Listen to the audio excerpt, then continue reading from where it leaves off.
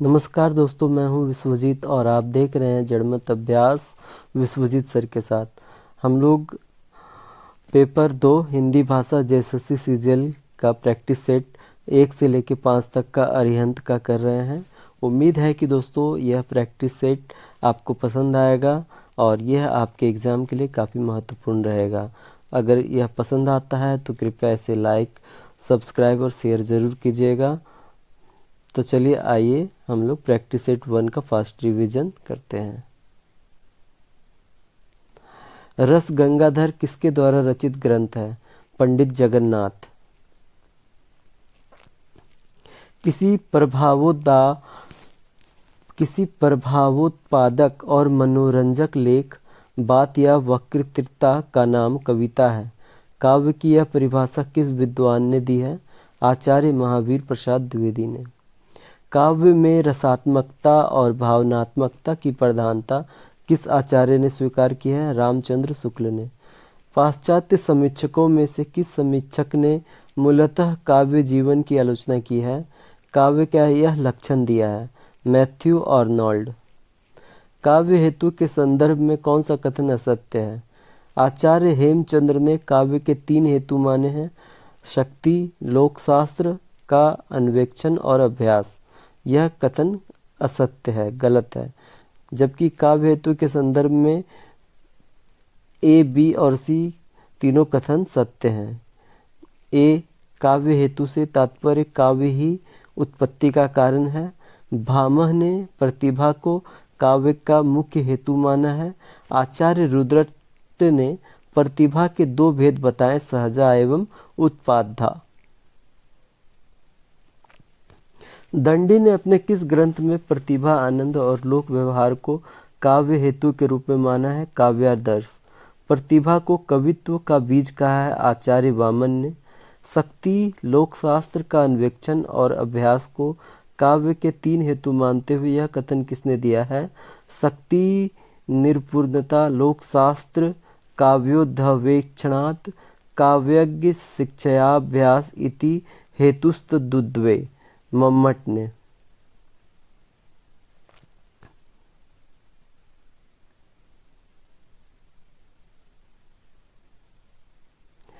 सूर ने अपनी काव्य रचना में किस प्रकार की शैली का प्रयोग किया है? वर्णनात्मक। हिंदी काव्य जगत में सूरदास को कहा जाता है सूर्य। तुलसीदास जी का जन्म कहाँ हुआ था? राजापुर, बांदा। तुलसीदास की पत्नी का क्या नाम था? रत्नावली।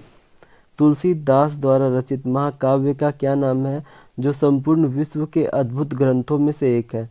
श्री रामचरितमानस। तुलसीदास की प्रारंभिक रचना कौन सी है? रामलला नाचू। तुलसी की गीतावली में कितने पद संकलित हैं? 230।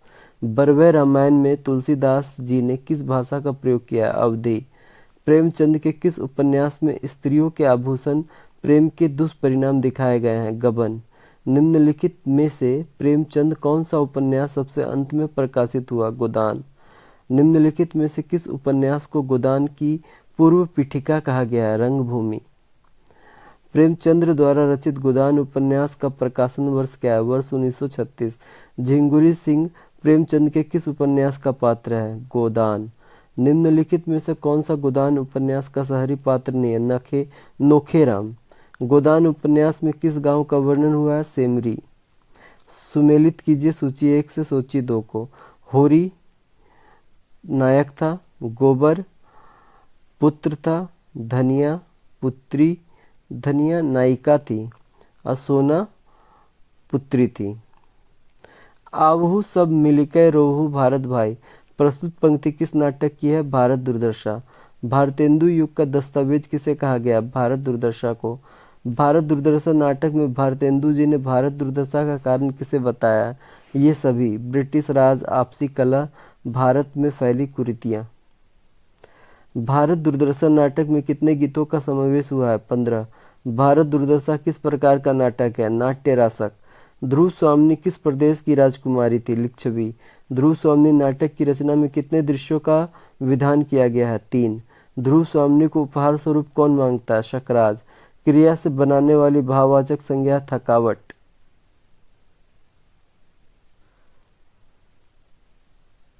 सुमिलित कीजिए सूची 1 से सूची 2 को। जातिवाचक संज्ञा मकान, नगर, जेब्रा। जातिवाचक संज्ञा क्या है? मकान है, नगर है, जेब्रा है। भाववाचक संज्ञा चतुरता, वैर, प्रशंसा।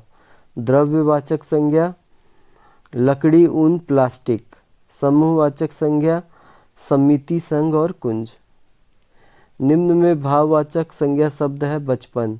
हिंद महासागर, हस्तिनापुर, मेरठ आदि संज्ञा शब्द हैं व्यक्तिवाचक। आज बहुत गर्मी है में संज्ञा शब्द है गर्मी। हिमालय, दशरथ, अयोध्या संज्ञा शब्द है व्यक्तिवाचक। वे संज्ञा शब्द जिनसे उनकी जाति का बोध होता है वे हैं जातिवाचक। निम्नलिखित में से समूहवाचक संज्ञा शब्द हैं कक्षा, पुलिस और सेना। ये सभी। प्राकृत भाषा का अर्धमागधी, चूलिका, पैशाची और अपभ्रंश इन 3 भागों में किसने वर्गीकृत किया है? हेमचंद्र।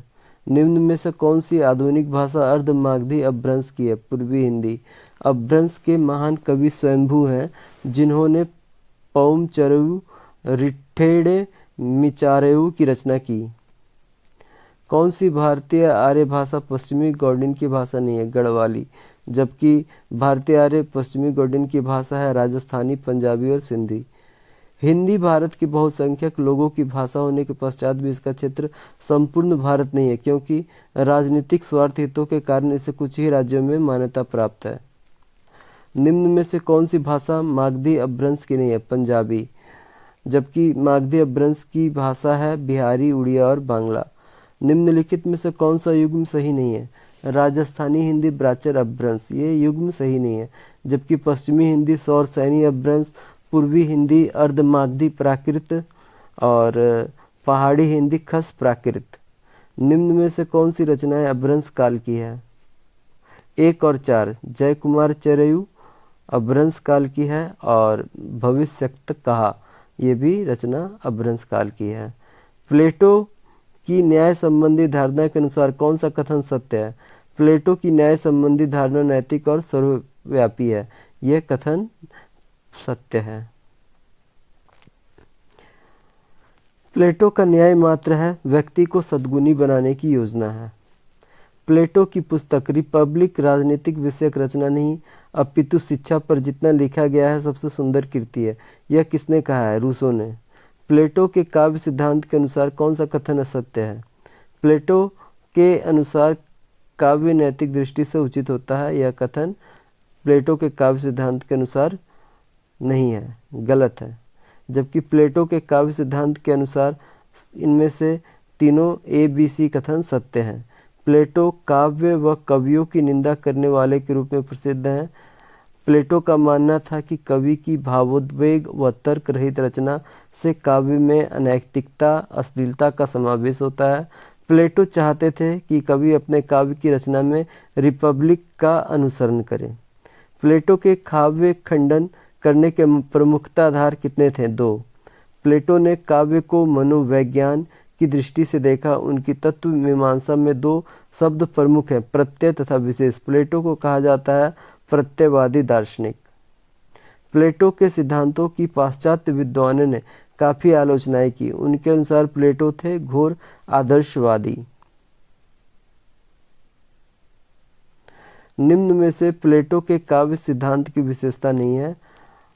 प्लेटो के अनुसार साहित्य कला से उदात्त नैतिक सिद्धांतों की स्थापना नहीं होनी चाहिए, यह सिद्धांत की विशेषता नहीं है। जबकि प्लेटो के काव्य सिद्धांत की विशेषता है अश्लील तथा अनैतिक काव्य वैज्ञानिक नहीं होता। कवि को अपने काव्य में रिपब्लिक का अनुसरण करना चाहिए। प्लेटो के अनुसार नायक को अनुदारवादी होना चाहिए। महादेवी की सर्वप्रथम रचनाएं किस पत्रिका में प्रकाशित हुई? चांद। किस वर्ष महादेवी को उत्तर प्रदेश हिंदी संस्थान द्वारा 1 लाख रुपए का भारत भारती पुरस्कार दिया गया? वर्ष 1983। महादेवी वर्मा के काव्य की प्रमुख विशेषताएं हैं करुणा और भावुकता। महादेवी का वह प्रथम काव्य संग्रह कौन सा है जिसमें 47 भावात्मक गीत संकलित हैं और वेदना का स्वर मुखर हुआ है? निहार। दीपशिखा में महादेवी वर्मा ने कितने गीतों को संग्रहित किया है? 54। महादेवी जी ने अपने गीतों में स्निग्ध और सरल तत्सम शब्दों से युक्त किया भाषा का प्रयोग किया है? खड़ी बोली। हिंदी के रहस्यवादी कवियों में किसका स्थान सर्वोपरि है? महादेवी वर्मा। राष्ट्रीय भावनाओं से ओजस्वी कवि रामधारी सिंह दिनकर का जन्म बिहार के किस जिले में हुआ था? मुंगेर। हिंदी साहित्य के काल कौन से हैं?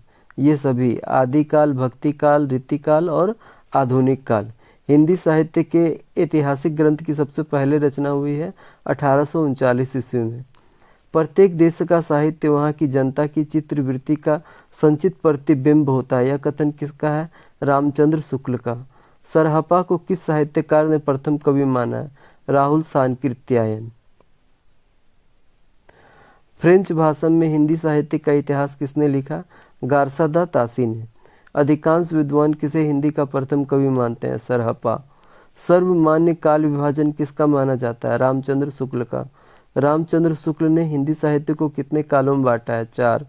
ठाकुर का कुआं कहानी के पात्र गंगी के संबंध में कौन सा कथन असत्य है? गंगी ठाकुर के कुएं से पानी भरने का साहस नहीं कर पाती है। यह कथन असत्य है। जबकि सत्य है, गंगी कहानी की मुख्य स्त्री पात्र है। गंगी जोखू की पत्नी है। गंगी ऊंच नीच के भेदभाव को मानने को तैयार नहीं है।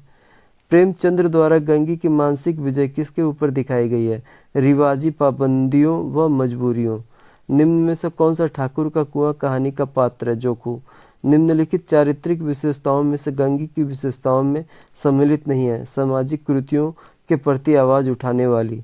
रचनाकार जैनेन्द्र ने नीलम देश की राजकन्या कहानी में व्यक्ति मन के किन भावों का अंकन किया है? ये सभी: शंकाओं, प्रश्नों और आंतरिक गुत्थियों। नीलम देश की राजकन्या कहानी में दर्शाया गया है राजकन्या के अंतर्द्वंद्वों को। नीलम देश की राजकन्या कहानी किस पर आधारित है? मनोविश्लेषणवाद। नीलम देश की राजकन्या कहानी में दर्शन होते हैं प्रतीकात्मक अध्यात्म के। व्यक्तिगत संस्पर्श किस प्रकार के पत्र व्यवहार की भाषा की विशेषता है? अर्ध सरकारी। अनुकरण सिद्धांत के पक्ष में विद्वानों द्वारा दिया गया कौन सा मत सही है? मनुष्य ने अपने संपर्क में आने वाले जीवों और पदार्थों का अनुकरण करने के पश्चात शब्दों का निर्माण किया। अनुकरण सिद्धांत की मान्यताओं के आधार पर जीवों के रखे गए नामों के पक्ष में कौन सा मत सही है? मनुष्य द्वारा जीवों द्वारा उच्चारित ध्वनियों के आधार पर उनका नामकरण किया गया। भाषा की उत्पत्ति से संबंधित अनुसरण सिद्धांत में कैसी वस्तुओं की ध्वनियों का अनुसरण किया जाता है? निर्जीव।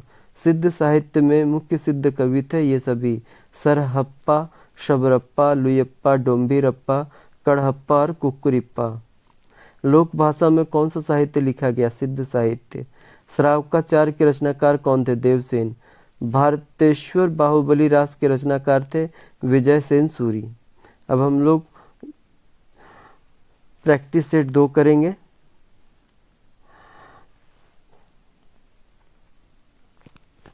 कबीर जी की साहित्यिक भाषा कैसी थी? पंचमेल खिचड़ी। साखी में कबीर ने किन छंदों का प्रयोग किया है? दोहा।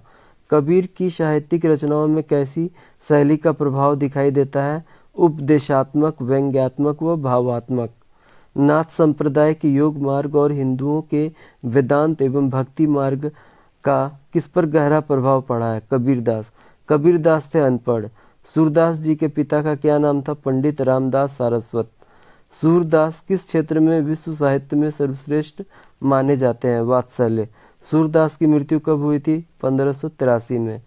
विशस्य विस्मोधसम में नाटक का वर्ण्य विषय क्या है? देसी नरेशों की दुर्दशा। भारतवासियों के दुर्भाग्य की कहानी को किस नाटक में चित्रित किया गया है? भारत दुर्दशा। भारत दुर्दशा नाटक का रचनाकाल क्या है? 1875 ईस्वी। भारतेंदु रचित भारत दुर्दशा का नायक पात्र कौन है? भारत। सत्यनाश भारतेंदु हरिश्चंद्र के किस नाटक का पात्र है?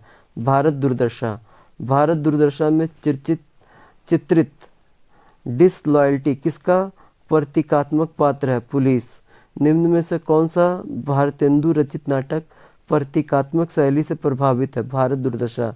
भारत दुर्दशा के अंतर्गत भारतेंदु ने भारत में फैली किन कुरीतियों को प्रतीकात्मक रूप में अभिव्यक्त किया है। ये सभी अंधकार, मदिरा और रोग। शेर ने बालक को खाया, वाक्य में खाया क्रिया है सामान्य क्रिया। अचानक पागल हंसने लगा, वाक्य में हंसने लगा क्रिया है संयुक्त क्रिया।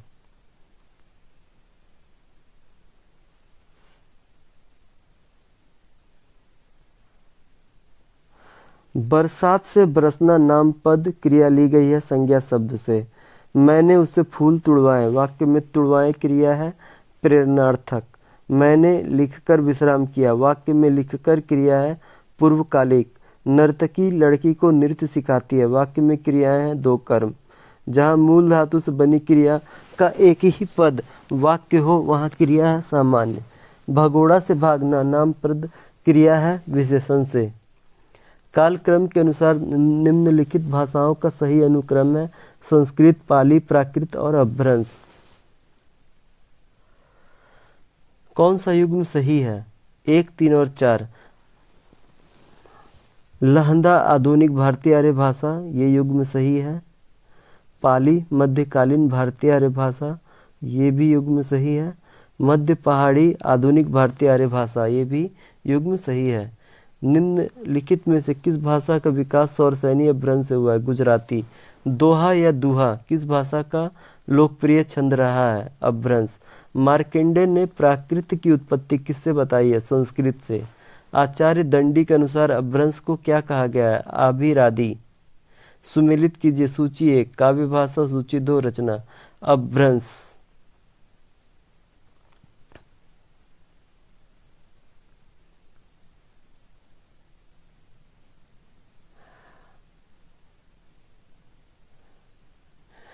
अपभ्रंश होगा जसहर चरयू।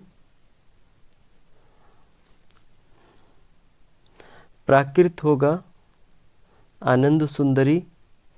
संस्कृत होगा अष्टाध्यायी। पाली होगा अट्ठकथा साहित्य। सुमेलित कीजिए सूची 1 आधुनिक भाषा को, सूची 2 क्षेत्रीय स्वरूप। असमिया, मागधी, राजस्थानी, सौरसैनी, लहंदा, ब्राचड़ पैसाची, पूर्वी हिंदी, अर्धमागधी। किसकी राज्य क्रांति के परिणामों से विलियम वर्ड्सवर्थ की आलोचना प्रभावित हुई है? फ्रांस की। वर्ड्सवर्थ ने किसे काव्य के लिए उपयुक्त नहीं माना है? उपरोक्त सभी। मानवीकरण, वक्रोक्ति तथा पौराणिक दंत कथाओं और भावाभास। विलियम वर्ड्सवर्थ थे स्वच्छंदतावादी। कवि विलियम वर्ड्सवर्थ के काव्य रचना संबंधी विचार किस रचना में प्राप्त होते हैं? द लाज। वर्ड्सवर्थ के अनुसार काव्य की भाषा ग्रामीणों की दैनिक बोलचाल की भाषा होनी चाहिए, क्योंकि वह सरल होती है, उसमें सच्चाई व्याप्त होती है, उसके भावों में संप्रेषण की शक्ति है। वर्ड्सवर्थ के अनुसार कौन सी भाषा काव्य का आदर्श प्रस्तुत करती है? ग्रामीणों की। वर्ड्सवर्थ ने रस और काव्य में अंतर का क्या कारण माना है? छंद। प्राचीन कवियों की काव्य भाषा में समाहित गुण थे ये सभी: भावोद्भाव की सहजता, सरलता व स्वाभाविकता। सुमित्रा नंदन पंत का पूर्व नाम क्या था? गुसाई दत्त।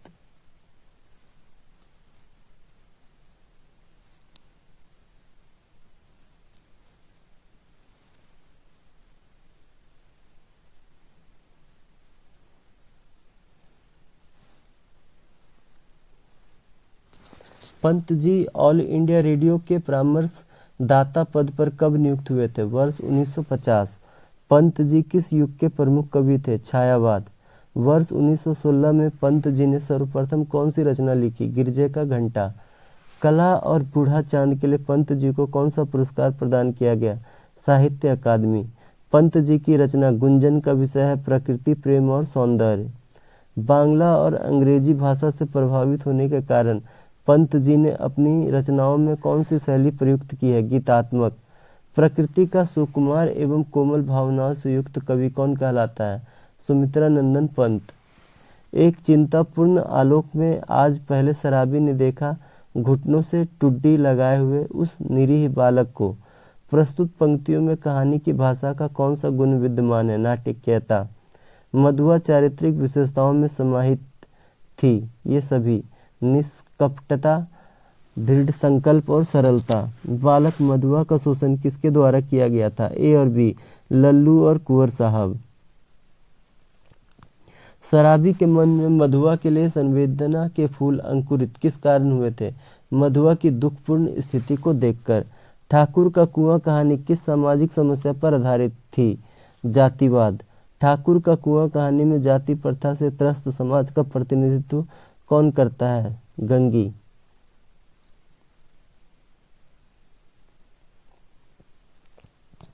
निम्न में से कौन ठाकुर का कुआं कहानी का पात्र नहीं है? सीलिया। ठाकुर का कुआं के संबंध में कौन सा कथन असत्य है? इस कहानी का नायक ठाकुर है, यह कथन असत्य है। जबकि कहानी में जो सत्य कथन है वो ए बी सी है। इस कहानी के पात्र वर्ग का प्रतिनिधित्व करते हैं। इस कहानी में ग्रामीण परिवेश को दर्शाया गया है। यह कहानी दलित जीवन को आधार बनाकर रची गई है। व्युत्पत्ति के संदर्भ में यह कथन किसने दिया है? उचितानुचित विवेकौ व्युत्पत्ति, राजशेखर। आचार्य श्रीपति ने अपने किस काव्य ग्रंथ में काव्य हेतुओं की चर्चा की है? काव्य सरोज। काव्य प्रयोजन के संदर्भ में कौन सा कथन असत्य है? काव्य रचना में रचनाकार का कोई उद्देश्य निहित नहीं होता है। किस आचार्य के अनुसार नाट्य धर्म, यश और आयु साधक, हितकारक, बुद्धिवर्धक तथा लोकोपदेश होता है? भरत मुनि। आचार्य वामन, भरत मुनि, भामह, रुद्रट आदि ने अपने अपने काव्य के प्रयोजन सिद्ध किए हैं। आचार्य भामह के अनुसार काव्य का प्रयोजन क्या है? कवि के नाम को अमर रखना। दृष्टि प्रयोजन तथा अदृष्ट प्रयोजन को काव्य के मुख्य प्रयोजन माना है वामन ने। काव्य नायक के चरित्र पर आधारित किस आचार्य के समय में होता था? रुद्रट। वक्रोक्ति जीवितम ग्रंथ किस आचार्य से संबंधित है? कुंतक। अब्दुल रहमान रचित संदेशो रासक किस प्रकार की रचना है? विप्रलंभ प्रधान संदेश रचना। गृहस्थरन ने आदिकाल को नाम दिया है चारण काल। आदिकाल को राम कुमार वर्मा ने नाम दिया है संधि काल। आदिकाल को बीजवपन काल किसने कहा है? महावीर प्रसाद द्विवेदी ने। मिश्र बंधुओं द्वारा प्रस्तुत काल नामकरण किया गया उपरोक्त सभी प्रारंभिक काल, माध्यमिक काल तथा अलंकृत काल। जॉर्ज ग्रियर्सन की काल विभाजन संबंधी पुस्तक का क्या नाम है? The modern vernacular of Hindustan. The modern vernacular of Hindustan. आदिकाल का समय क्या है? संवत 1050 से 1375 विक्रमी संवत तक। आचार्य रामचंद्र शुक्ल ने आदिकाल का काल निर्धारित किया है 993 ईस्वी से। क्या खाकर मोटे हुए हो? मोटे तो वे होते हैं जिन्हें न ऋण की सोच हो न मर्जाद की चिंता। 100 को दुबला करके तब कोई एक मोटा होता है। यह मोटा होना तो बेहयाई है। सुख तो तब है जब सब मोटे हो। यह कथन किस उपन्यास से उद्धृत है? गोदान। गांव क्या था? पूर्वा या 10-12 घरों का, जिसमें आधे कपड़ैल के थे आधे फुसके। प्रस्तुत पंक्ति किस उपन्यास से ली गई है? गोदान। गोदान उपन्यास का पात्र नहीं है जलपा, जबकि गोबर मेहता और राय साहब गोदान उपन्यास के पात्र हैं। प्रेमचंद जी का अंतिम पूर्ण उपन्यास कौन सा है? गोदान। निम्नलिखित में से कौन सा पात्र नई पीढ़ी के किसान का प्रतिनिधित्व करता है? गोबर। गोदान उपन्यास का बुद्धिजीवी एवं आदर्शवादी चरित्र कौन है? मेहता।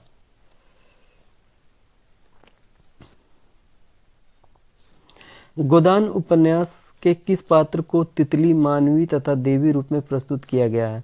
मालती। गोदान में ग्रामीण जीवन तथा नगरीय जीवन दोनों कथाओं को जोड़ने में सेतु का कार्य किस पात्र ने किया है? राय साहब, अमरपाल सिंह। समाज की प्रगति तथा विकास का आधार है भाषा की उत्पत्ति। भाषा की उत्पत्ति का अध्ययन करने के लिए कौन से दो मुख्य आधार माने गए हैं? प्रत्यक्ष मार्ग व परोक्ष मार्ग। भाषा की उत्पत्ति के विषय में कौन सा मत दिव्योत्पत्ति के सिद्धांत के संदर्भ में सही है? दिव्योत्पत्ति सिद्धांत में भाषा को ईश्वर द्वारा रचित माना गया है। हिंदुओं द्वारा किस भाषा को सभी भाषाओं की जननी माना गया है? संस्कृत। देवी वाचम जनयंत्र देवाः ताम विश्वरूपाः पशवो वदन्ति किस वेद में रचित है? ऋग्वेद। बौद्धों तथा विश्व की आदि भाषा समझी गई है? पाली। ईसाइयों के धर्म ग्रंथ में किस भाषा का प्रयोग किया गया है? इब्रानी। संकेत सिद्धांत का आधार है काल्पनिक। निम्न में से क्या प्रशासनिक हिंदी की विशेषता नहीं है? आलंकारिकता। सरकारी कार्यालयों में प्रयोग की जाने वाली हिंदी क्या कहलाती है? प्रशासनिक हिंदी। निम्न में से प्रशासनिक हिंदी का क्षेत्र कौन सा है? ये सभी: टिप्पण, प्रारूपण और संक्षेपण।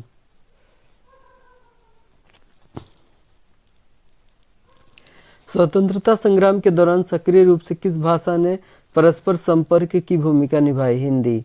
वर्तमान समय में हमारे देश में प्रशासनिक कार्यों हेतु किस भाषा का सार्वजनिक प्रयोग किया जा रहा है? हिंदी। निम्न में से किसे प्रशासनिक हिंदी की विशेषता नहीं कहा जा सकता है? विस्तृत वाक्य। जबकि प्रशासनिक हिंदी की विशेषता को कहा जा सकता है तथ्यात्मकता, विषयानुरूप शब्दावली का प्रयोग और संप्रेषणीयता। प्रशासनिक गतिविधियों में प्रयोग की जाने वाली हिंदी क्या कहलाती है? कार्यालयी हिंदी, प्रशासनिक हिंदी और सरकारी हिंदी। टिप्पण, पत्र लेखन तथा प्रारूपण पत्र व्यवहार में किस भाषा ने स्वयं को सर्वाधिक सक्षम साबित किया है? हिंदी भाषा। रचनाकार द्वारा किसके माध्यम से किशोरी राजकन्या के प्रेम को व्यंजित करने का प्रयास किया गया है? मिथक। ओ राजकन्या देख चारों ओर सब खोखला है कि नहीं? अरे ओ कुछ नहीं है। तेरे मन के भीतर का एक रोग है। यह भाव किसके द्वारा उत्पन्न हुए हैं? राजकन्या के अंतर्मन। निम्नलिखित में से कौन सा पात्र परिंदे कहानी का है? Julie, miss Wood, mister Hubert. परिंदे कहानी है प्रतीकात्मक। अब हम लोग प्रैक्टिस सेट 3 का अभ्यास करेंगे।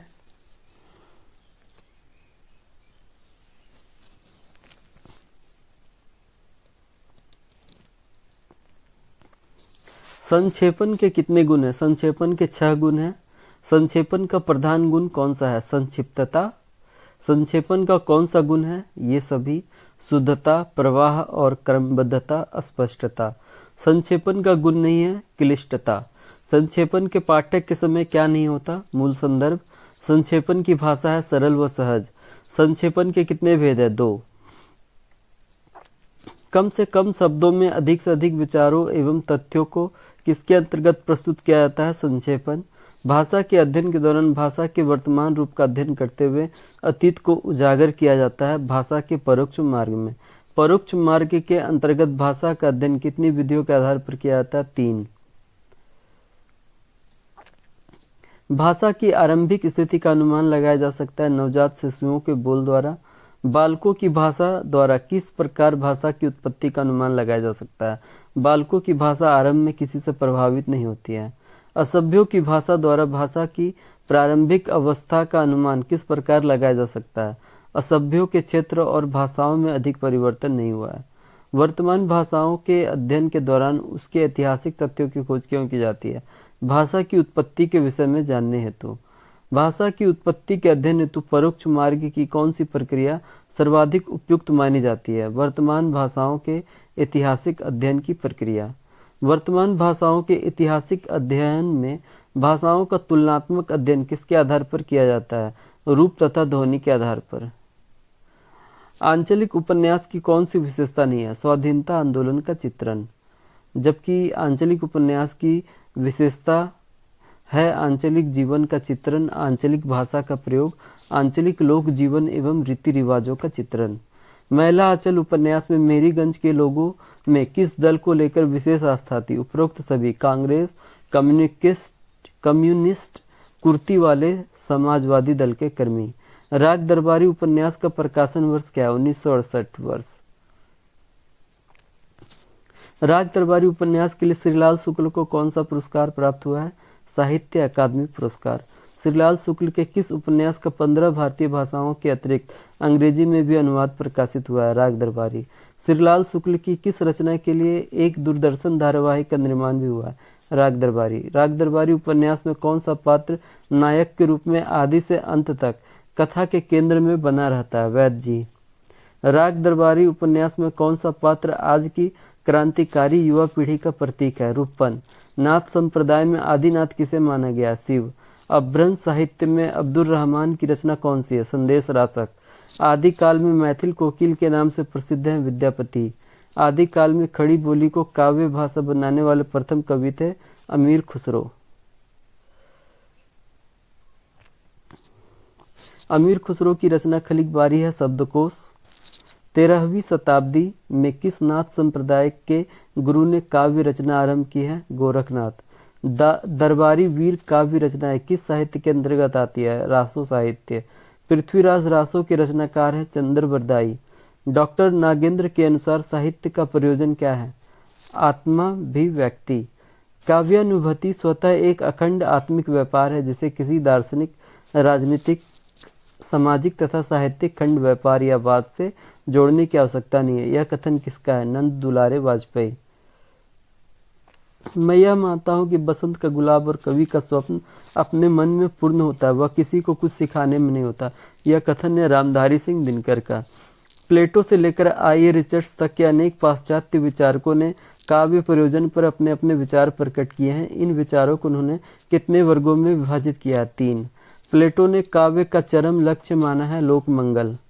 यह किसके काव्य का प्रयोजन है? आंतरिक उदात्त भाव और सौंदर्य को उद्घाटित करना, लोक व्यवस्था और न्याय संगतता का परिपालन करना और जगत के सत्य रूप को ही अभिव्यक्त करना। प्लेटो। शब्द का अर्थ बोध कराने वाली शक्ति शब्द शक्ति कहलाती है।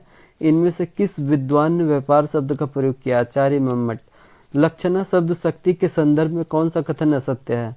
लक्षणा शब्द शक्ति द्वारा भिन्नार्थ का ज्ञान कराने वाले शब्द लक्षणार्थ कहलाते हैं।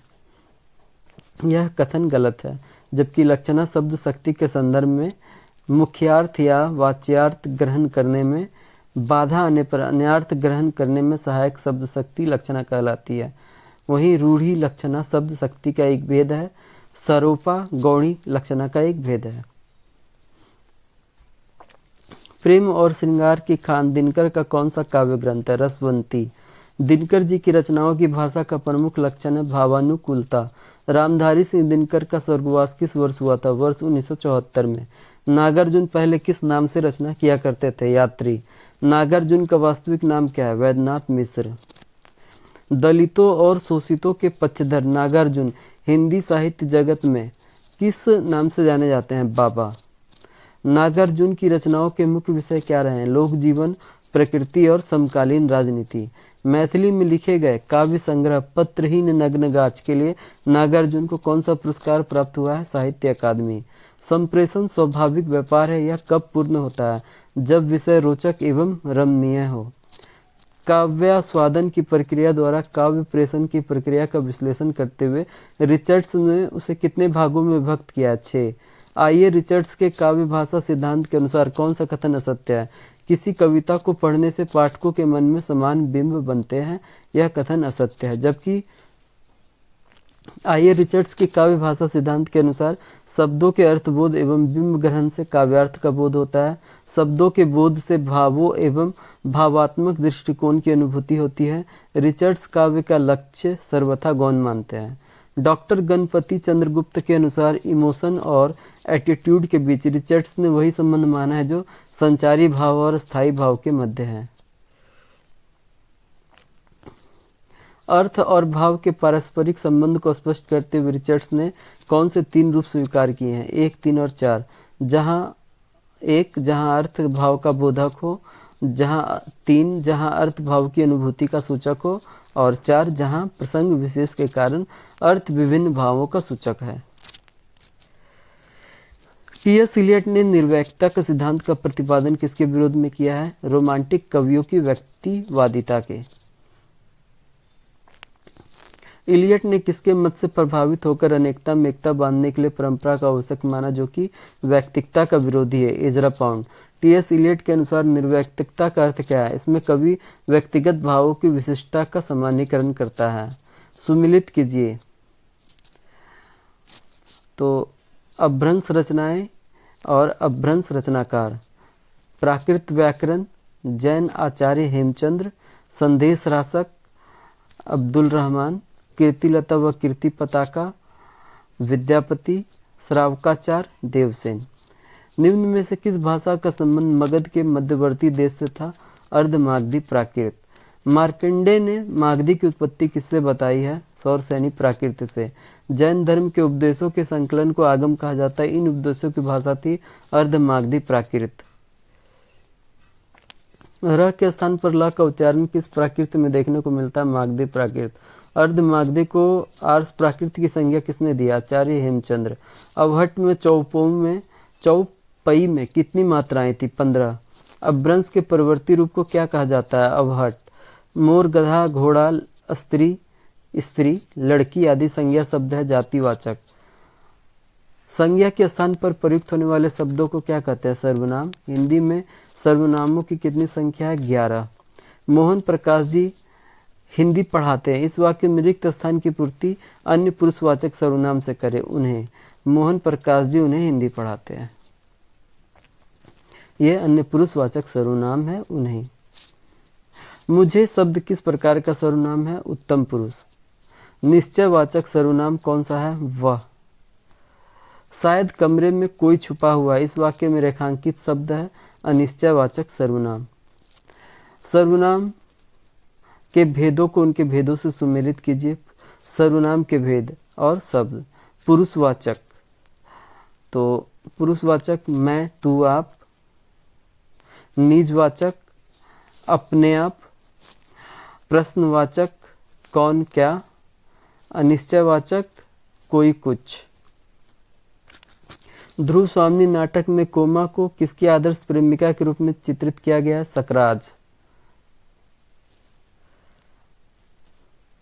ध्रुव स्वामिनी से सकराज का शव मांगने का आग्रह कौन करता है? सकराज की प्रेमिका। मंदाकिनी किस नाटक का पात्र है? ध्रुव स्वामिनी। आधे अधूरे नाटक का रचना काल क्या है? वर्ष 1969। आधे अधूरे नाटक में स्त्री पात्रों की संख्या कितनी है? 3। निम्न में से किस संबंध के बिखराव की कहानी आधे अधूरे में व्यक्त की गई है? पति पत्नी का संबंध। निम्नलिखित में से किस कृति की रचना मोहन राकेश ने की है? आधे अधूरे। कुछ आलोचकों के अनुसार आधुनिक भावबोध तथा आधुनिक रंग चेतना का पहला नाटक किसे कहा गया है? आधे अधूरे। श्रृंगार रस के अद्वितीय कवि कहे जाते हैं बिहारी। बिहारी सच्चाई की भाषा बड़ी ही प्रौढ़, प्रांजल, परिष्कृत एवं परिमार्जित है। ब्रज। रचना करते हुए दोहे जैसे छोटे छंद में अनेक भावों को बिहारी ने किसी शैली से भर दिया? मुक्तक काव्य शैली। किस दृष्टि से बिहारी का काव्य सर्वश्रेष्ठ है? भाषा व शिल्प। डॉक्टर नगेंद्र ने रसखान का जन्म कब माना है? 1533 ईस्वी। रसखान का मूल नाम था सैयद इब्राहिम। रसखान ने अपने काव्य में श्री कृष्ण के किन गुणों की उपासना की है? सगुण और निर्गुण। रसखान की कृति प्रेम वाटिका में कुल कितने दोहे हैं? 53। परिंदे कहानी में केंद्रीय पात्र है मिस लतिका।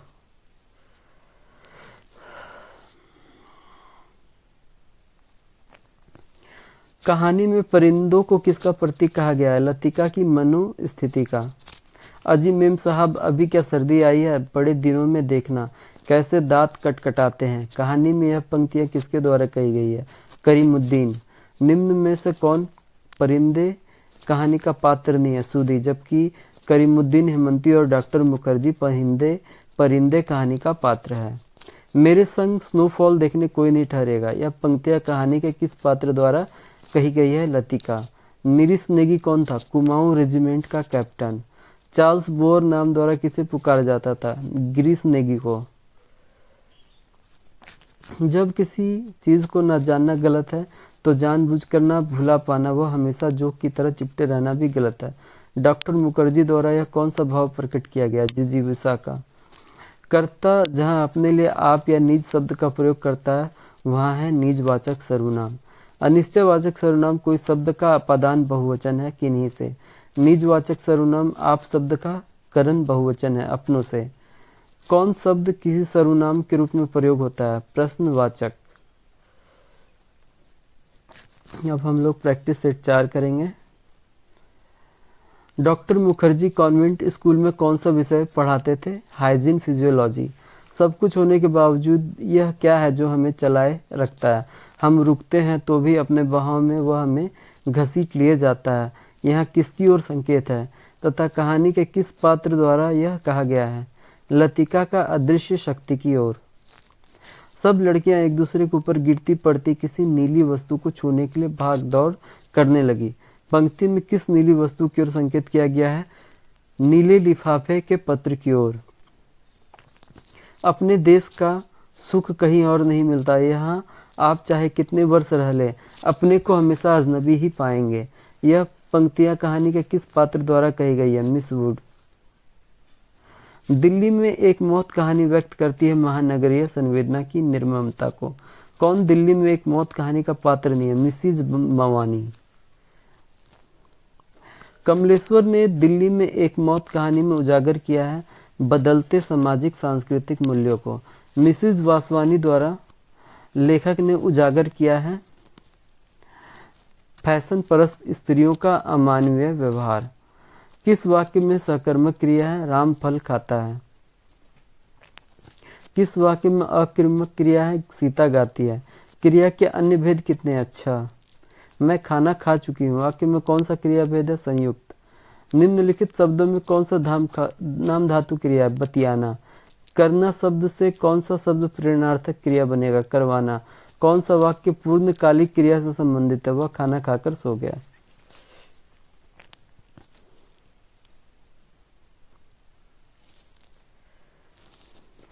निम्न विकल्पों में से सकर्मक क्रिया का चयन कीजिए। तड़पाना। रसखान की मृत्यु कब और कहाँ हुई थी? 1628 ईस्वी, वृंदावन। भूषण के पिता का नाम था पंडित रत्नाकर त्रिपाठी। इनकी काव्य प्रतिभा से प्रभावित होकर चित्रकूट के किस राजा ने इन्हें कवि भूषण की उपाधि से अलंकृत किया था? रुद्रदेव। भूषण की कौन सी रचना शिवाजी की प्रशंसा से ओतप्रोत है? शिवराज भूषण। कवि भूषण की कुल कितनी रचनाएं मानी जाती है? 6। हिंदी साहित्य का प्रथम राष्ट्रीय कवि किसे माना जाता है? भूषण को। भूषण की कविताएं मुख्यतः ब्रज भाषा में। भूषण के काव्य में ओजयुक्त वर्णन शैली मौजूद है जिसमें गुण विद्यमान है ध्वन्यात्मकता एवं चित्रात्मकता के। निम्नलिखित में से जयशंकर प्रसाद का अंतिम नाटक कौन सा है? ध्रुव स्वामिनी। ध्रुव स्वामिनी नाटक में जयशंकर प्रसाद ने काल्पनिक पात्र के रूप में किसका चित्रण किया है? कोमा और मंदाकिनी का। मैं उपहार में देने की वस्तु शीतल मणि नहीं हूँ। ध्रुव स्वामिनी नाटक में यह कथन किसका है? ध्रुव स्वामिनी। कौन ध्रुव स्वामिनी नाटक का पात्र नहीं है? जयद्रथ। जयशंकर प्रसाद ने ध्रुव स्वामिनी नाटक की रचना कब की? 1933। कोमा जयशंकर प्रसाद के किस नाटक का पात्र है? ध्रुव स्वामिनी। ध्रुव स्वामिनी नाटक में स्वार्थ मलिन कलुष से भरी मूर्ति किसे कहा गया है? सकराज। ध्रुव स्वामिनी नाटक के अंत में नायिका का विवाह किससे होता है? चंद्रगुप्त।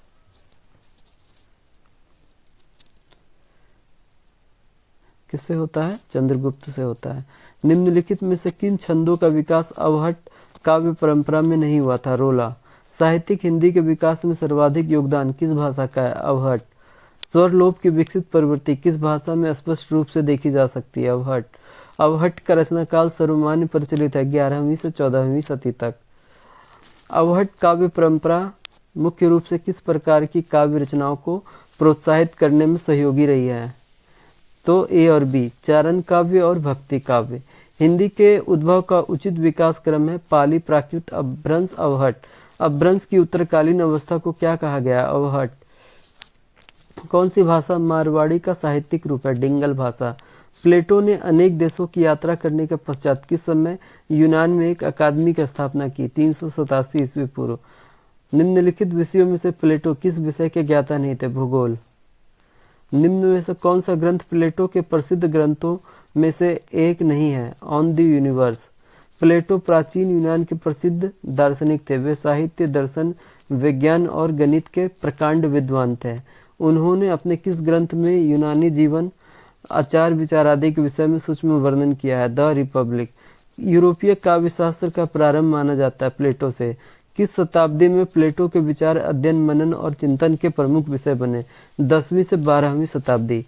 पुनर्जागरण काल व 19वीं शताब्दी के स्वच्छंदतावादी युग में भी कवियों की काव्य रचनाओं पर प्रभाव मिलता है प्लेटो का। प्लेटो के काव्य सिद्धांत के अनुसार कौन सा कथन असत्य है? प्लेटो का काव्य कवियों की निंदा करने वाले के रूप में प्रसिद्ध नहीं है, यह असत्य है।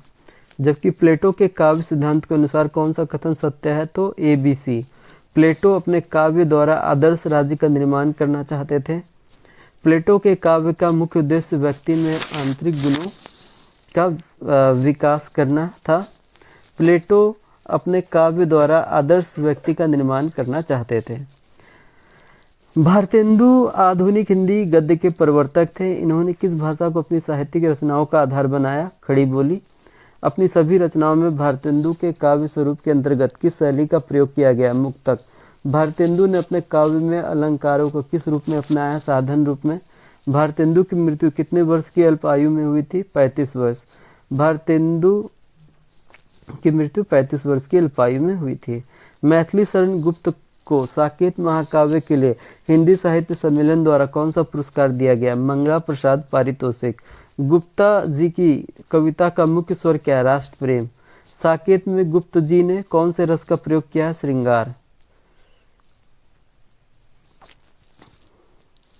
गुप्ता जी अपना काव्य सृजन किस भाषा में स्थापित किया, खड़ी बोली। आचार्य दंडी ने सरिता व दृष्टार्थ व्यवच्छिन्ना पदावली कहकर काव्य की परिभाषा दी है। निम्न में से उनका ग्रंथ कौन सा है, काव्यादर्श। आचार्य वामन 8वीं सदी के संस्कृत विद्वान थे। उन्होंने काव्य अलंकार सूत्र वृत्ति ग्रंथ की रचना की थी। उन्होंने किस संप्रदाय का प्रतिपादन किया था, रीति संप्रदाय। आचार्य वामन ने आचार्य भामह व आचार्य दंडी से अधिक परिष्कृत काव्य की परिभाषा की। उन्होंने किसे काव्य माना, गुण व अलंकार युक्त शब्दार्थ को। आचार्य रुद्रट ने आचार्य भामह का अनुकरण करते हुए शब्दार्थ को ही काव्य माना। आचार्य रुद्रट कौन सी शताब्दी के संस्कृत कवि थे, 9वीं शताब्दी। आचार्य रुद्रट ने किसके सिद्धांत को अपने काव्यों में अलंकारों की सत्ता माना है, रस। आचार्य मम्मट के अनुसार काव्य के लक्षणों की संख्या कितनी है, 4। तद दो शो शब्दार्थों सगुणा वनलंकृति पुनः क्वापि। किस आचार्य ने काव्य की यह परिभाषा दी है, मम्मट। शब्दार्थों अदौसौ सगुणों तथा अनलंकृति पुनः क्वापि। किस आचार्य के अनुसार काव्य के 4 लक्षण है, मम्मट। हिंदी साहित्य के इतिहास लेखन की परंपरा का शुभारंभ किया था Garcin de Tassy. Cambridge history of English literature के ढंग पर हिंदी जगत में गठित सभा का नाम क्या था, नागरिक प्रचारणी सभा। मिस्र बिंदु विनोद में संकलित साहित्यकारों की संख्या है 5000।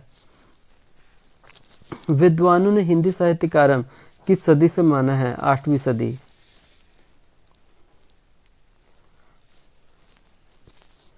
आठवीं सदी को किस साहित्य के उदय का काल माना गया, अपभ्रंश साहित्य।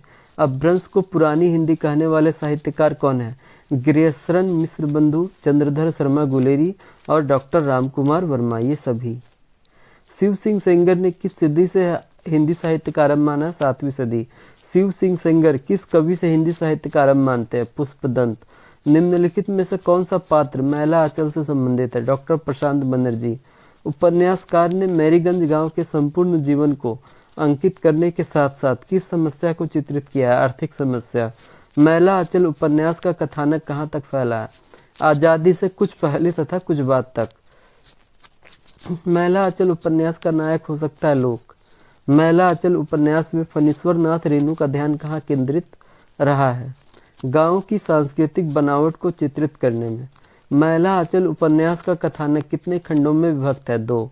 मैला आंचल उपन्यास में कौन सा प्रसंग थोपा हुआ नजर आता है, रुस्तम की कुश्ती वाला प्रसंग। मैला आंचल उपन्यास में संथाल टोपी में बजने वाला मादल किसकी प्रेरणा देता है, संघर्ष की। साहित्यिक हिंदी को अन्य किस नाम से जाना जाता है, विशिष्ट प्रयोजन की भाषा।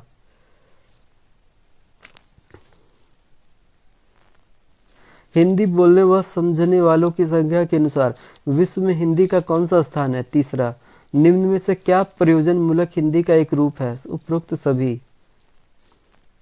वाणिज्यिक हिंदी, ज्ञान विज्ञान के क्षेत्र में प्रयोग होने वाली हिंदी और साहित्यिक हिंदी। निम्नलिखित में से प्रयोजन मूलक हिंदी की विशेषता क्या है, वैज्ञानिकता, अनुप्रयुक्तता, सरलता और स्पष्टता। किसी विशिष्ट उद्देश्य के अनुरूप प्रयुक्त की जाने वाली भाषा क्या कहलाती है, प्रयोजन मूलक भाषा।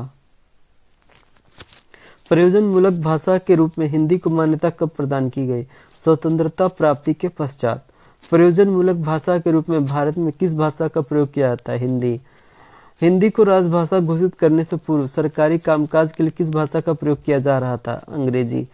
चौमस्की के अनुसार कौन सा कथन सही है? बच्चों में भाषा सीखने की जन्मजात क्षमता होती है।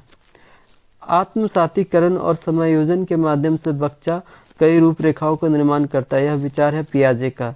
पियाजे के अनुसार भाषा अधिगम व अर्जन के संदर्भ में कौन सा कथन सही है? परिवेश के साथ अंतःक्रिया से विकसित होती है।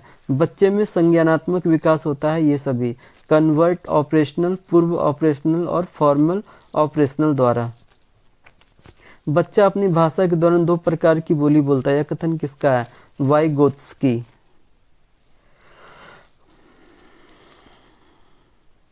भाषा का अस्तित्व एवं विकास समाज के बाहर नहीं हो सकता, यह कथन किसका है? वाइगोत्स्की का।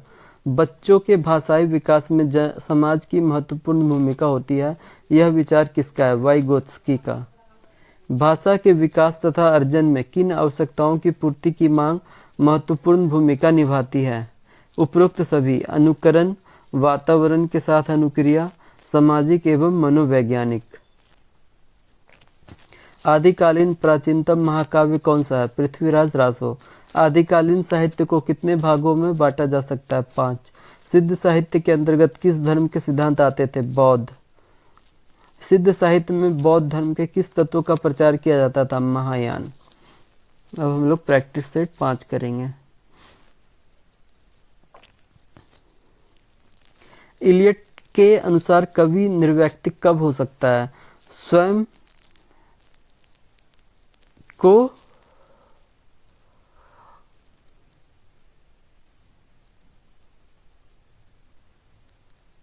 को प्रकृति के प्रति समर्पित कर। निम्न में से टी.एस. इलियट द्वारा निर्व्यक्तिकता के माने गए 2 रूप कौन से हैं? 1 और 2। वह जो कुशल शिल्पी मात्र के लिए प्राकृतिक होती है, वह जो पौढ़ कलाकार के द्वारा अधिकाधिक उपलब्ध हो जाती है।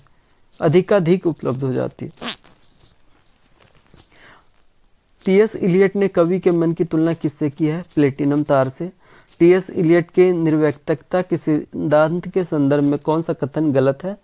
इलियट ने निर्व्यक्तिकता का सिद्धांत बताते हुए कहा कि एक कवि के अनुभव उसके काव्य के द्वारा उसके पाठकों के अनुभव नहीं बन सकते, यह कथन असत्य है।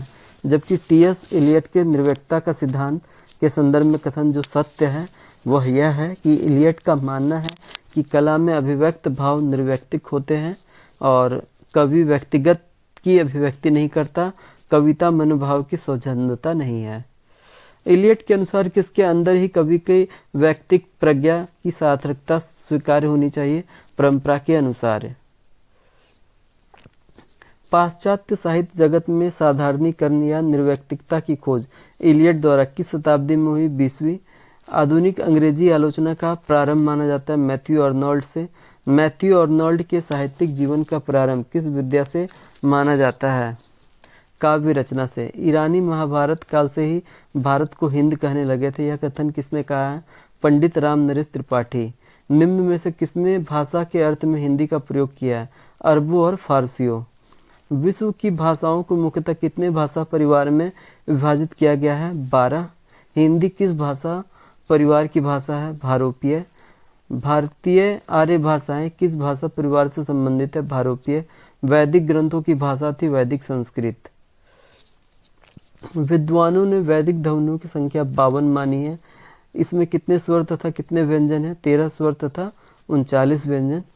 लौकिक संस्कृत से संबंधित कौन सा कथन असत्य है? लौकिक संस्कृत की ध्वनियों में जिह्वामूलीय तथा उपधमानीय लुप्त नहीं हुए हैं, यह कथन असत्य है। जबकि लौकिक संस्कृत से संबंधित कथन जो सत्य हैं, लौकिक संस्कृत में केवल 48 वर्ण शेष रह गए। रामायण, महाभारत, अष्टाध्यायी, पुराण आदि ग्रंथों की रचना लौकिक संस्कृत में ही हुई है। लौकिक संस्कृत में वैदिक संस्कृत की अपेक्षा क्रिया रूपों और धातु रूपों में विशेष अंतर आ गया। आधे अधूरे नाटक में वर्णित परिवार के सदस्यों की संख्या कितनी है? 5। आधे अधूरे नाटक के केंद्रीय पात्र के रूप में किसे अभिव्यक्ति प्रदान की गई है? सावित्री। बिन्नी किसके साथ शादी करती है? मनोज। आधे अधूरे नाटक में मुख्य पात्र सावित्री की उम्र कितनी बताई गई है? 40 वर्ष। माता पिता एवं समाज के प्रति विद्रोह की भावना किस पात्र की विशेषता है? अशोक। आधे अधूरे नाटक के रचनाकार का नाम क्या है? मोहन राकेश। आधे अधूरे नाटक में सावित्री के पुत्र का नाम है अशोक। सावित्री के पति महेंद्र नाथ किस व्यवसाय से संबंधित है? बिजनेसमैन। कबीर दास का जन्म कब और कहाँ हुआ था? 1398 ईस्वी काशी। कबीर के गुरु का क्या नाम था? रामानंद। कबीर के स्तुति वर्णन एवं उपदेश वर्णन करने वाली चौपाइयाँ किसमें संग्रहित है? रामायणी। कबीरदास ब्रह्मा का रूप मानते थे? निर्गुण। सत्य और अहिंसा को जीवन का महत्वपूर्ण अंग किसने माना है? कबीरदास। सूरदास की रचना सूरसागर कैसा काव्य? गीतिक काव्य है। सूरसारावली सूरदास जी की एक प्रामाणिक रचना है। इसमें छंदों की संख्या कितनी है? 1107। सूरदास किस शाखा के कवि थे? कृष्ण भक्ति। निम्न में से कौन सा उदाहरण अधिकरण कारक को संतुष्ट करता है? वह अपराधी इस टनल के अंदर बैठा है। पीयूष राम को पीट रहा है। इसमें स्थूलांकित शब्द में कारक है कर्म। अलग या पृथक होने का भाव किसकी विशेषता है? अपादान कारक। रमेश जयपुर से दिल्ली जा रहा है। इस वाक्य में कारक है अपादान। सुमेलित कीजिए कारक और प्रसर्ग को। कर्म कारक को, क्योंकि कर्ता नहीं होता है, फिर कर्म को, और फिर जाके करण कारक से के द्वारा, करण से के द्वारा, संप्रदान के लिए, संप्रदान के लिए, अपदान का अपदान होगा से अलग, अपदान अलग करता है। किस समास में शब्दों के मध्य में संयोजक शब्द का लोप होता है? द्वंद्व।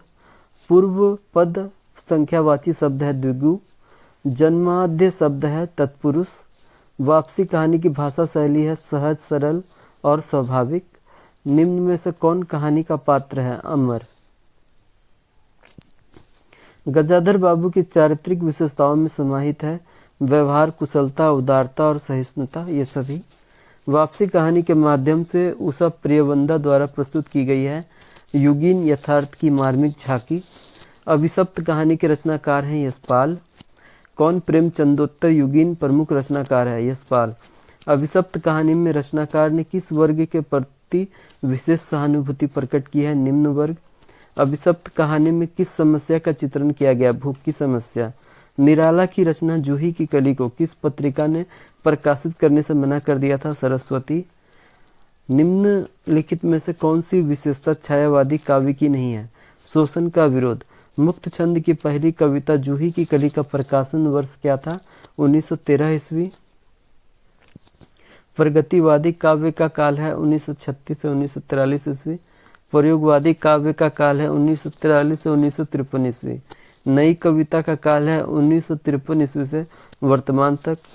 साम्यवादी विचारधारा के आधार पर समाज को बांटा गया है शोषक शोषित। मार्क्सवादी विचारधारा से किस वाद की उत्पत्ति हुई है?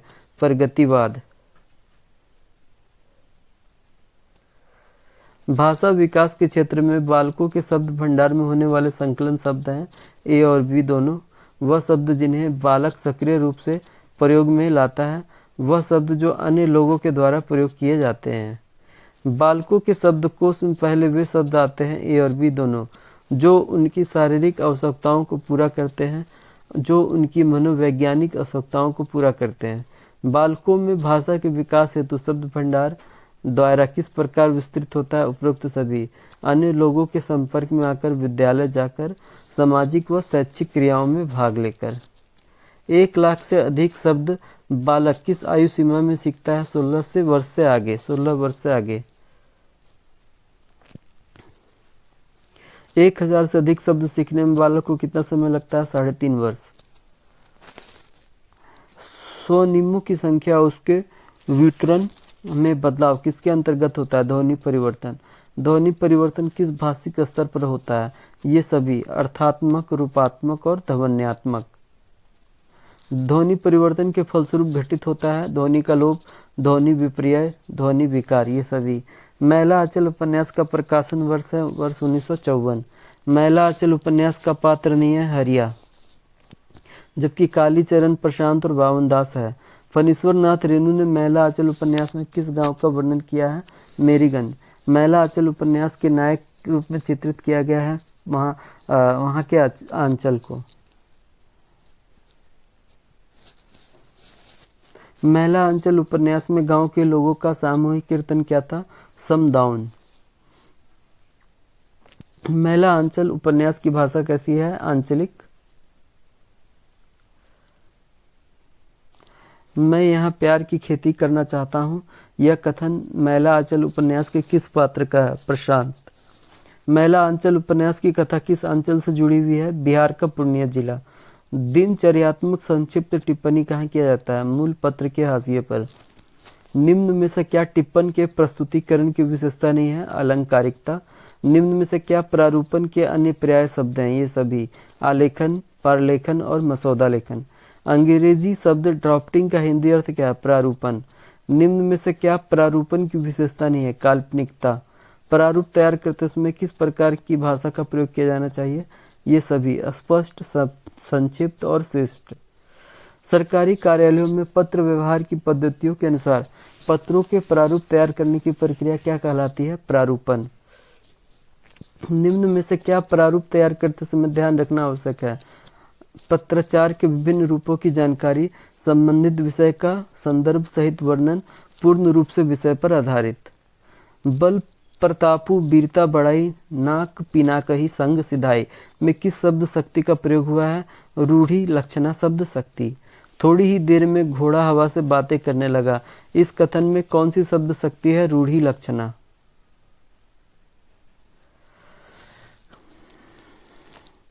साधारण अर्थ को छोड़कर किसी विशेष अर्थ का बोध हो तो यह है व्यंजना। शाब्दी और आर्थी किसके भेद हैं? व्यंजना का।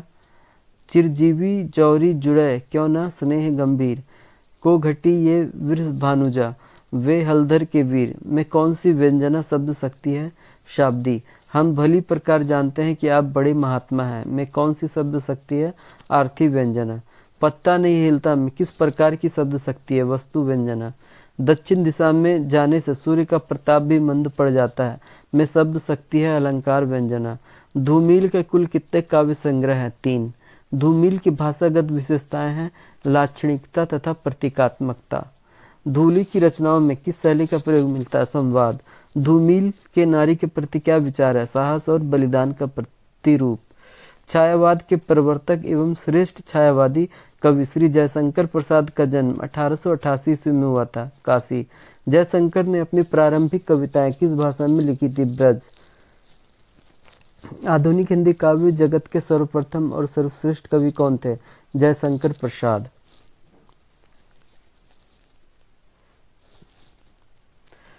जयशंकर प्रसाद किनकी परंपरा के अंतर्गत आते हैं? कालिदास व तुलसीदास। बद्री नारायण चौधरी की काव्य रचना नहीं है? प्रेम सरोवर। प्रताप नारायण मिश्र की काव्य रचना नहीं है? वर्षा विनोद। ठाकुर जगमोहन सिंह की काव्य रचना नहीं है? वेणुगीत। अंबिका दत्त व्यास की काव्य रचना है? ये सभी। पावस पचासा, सुकवी सतसई, हो हीरी, हो होरी। तो हमारा ये अभ्यास 1 से लेकर 5 तक कंप्लीट हो चुका है। उम्मीद है कि दोस्तों आपको पसंद आएगा। आप इसे ज़रूर से ज़रूर लाइक कीजिए, सब्सक्राइब और शेयर कीजिए। धन्यवाद।